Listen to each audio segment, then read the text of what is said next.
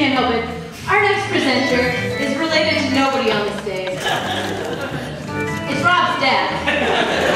That's his name. He's been published in Cricket Magazine and Reader's Digest. Please welcome, presenting on Buckyballs, Bill Telfer.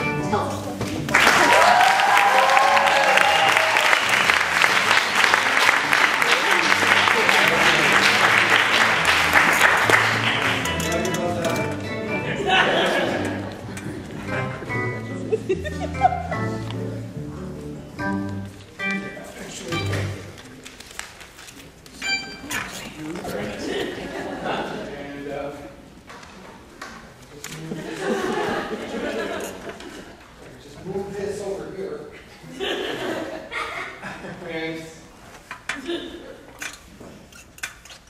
That's great. Dr. Chihuahua should have done that. I was kind of nervous. You had your time.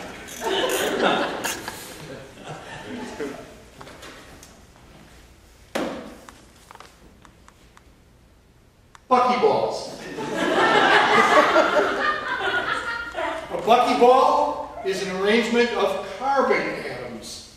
It had been thought that carbon had only two forms, graphite and diamonds, but 20 years ago, scientists discovered and proved the existence of the highly disputed buckyball, which may be common and anywhere there is soot. They've even been found with helium atoms trapped inside on meteorites. Patrick?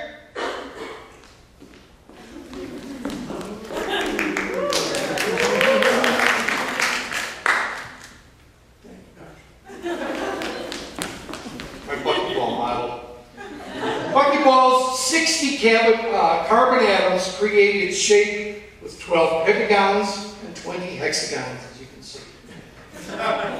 Justifying budgets, researchers became hot to find buckyball uses. That is, in MRIs, buckyballs are faster at delivering poisonous atoms through people's systems. However, though thought safe to humans, tests feeding buckyballs to largemouth bass gave the bass mutations.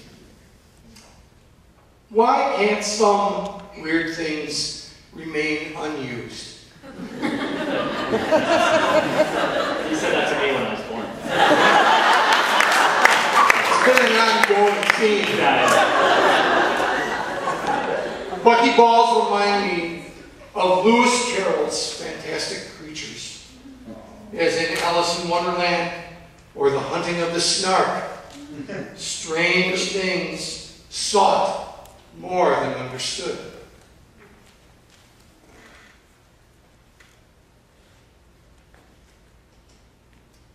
I'll Tell Thee of a Buckyball by Bill Telfer.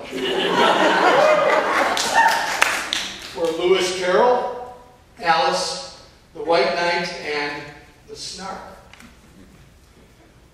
I'll tell thee of my wanderings, to learn things underfoot.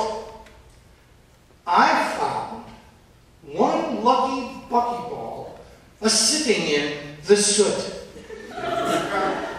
What are you, buckyball? I asked, and why do you exist? His answer squirted past my ears like fruit juice through a fist.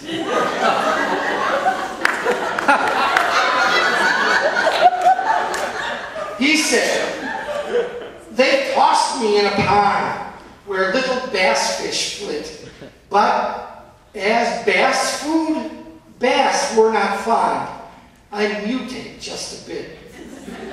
Delivering other atoms seems my talent's way to go.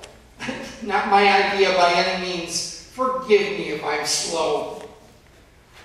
But I was planning out nonstop to line up dominoes to keep them on the tabletop and not upon one's toes. So, having missed this wondrous list of sentient buckyball, I yelled, "Come, why do you exist?" and bounced him off the wall.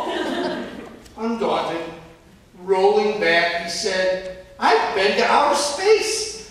I make the meteors my bed. they speed at dreadful pace. And that is how I came to Earth. Please don't call the police. I've brought you helium, just a dearth, all tucked in my valise.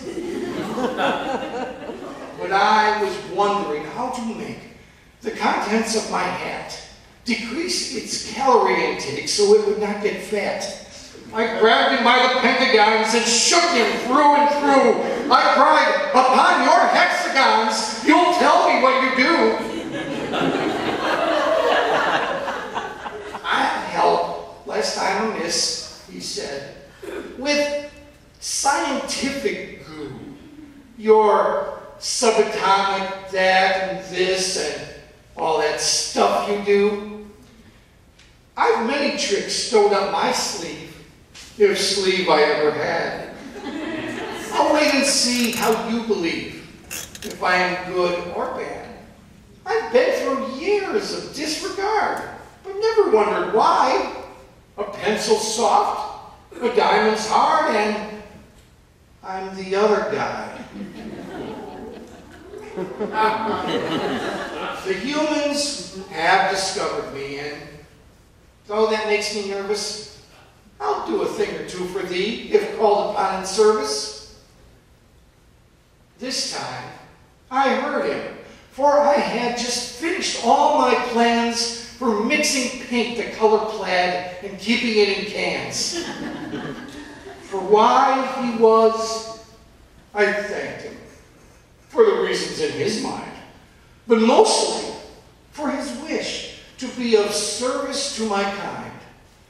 And now, if I should ever burn my finger on a candle, or iron frying pan I turn before I've cooled the handle, or if on campfire coal askew I set a weary foot, tears flow.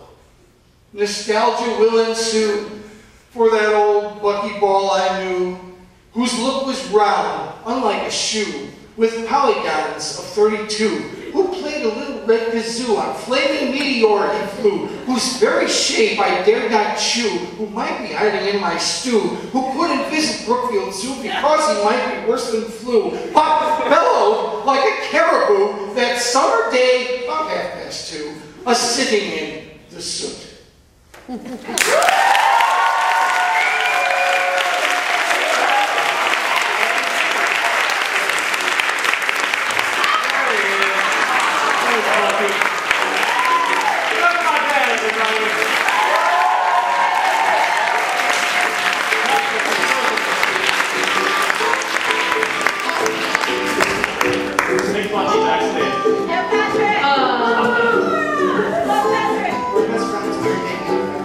Rose, get on.